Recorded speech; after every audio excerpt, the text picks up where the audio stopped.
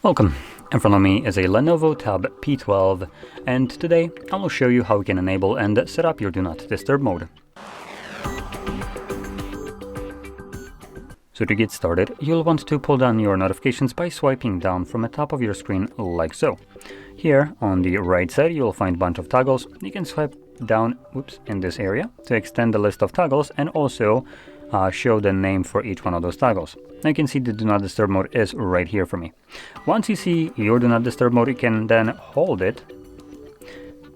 I recommend doing that at least the first time, as this will take you to these settings where you can customize how the mode will function.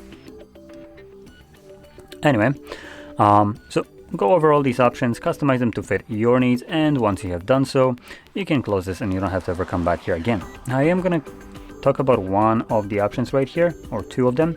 We have the schedule mode in here, which allows you to select a fully automatic schedule, which will define when the mode turns on and off, so start and end time, and also day of the week. And this would be completely independent. You wouldn't need to do anything past just tugging it on like so. And second option will be for the people that want to use this mode manually on random occasions. And for those people, I recommend selecting this one here, Duration for Quick Settings, which defines what will happen when you manually toggle it on.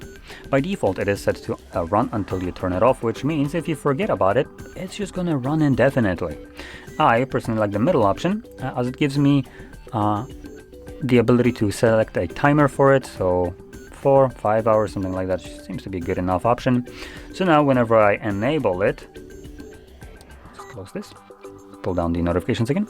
So whenever I enable it by tapping on it, it will run for that specified amount of hours and then automatically turn off. So even when I forget about it, I should be good to go, as it's going to run for several more hours and then disable itself.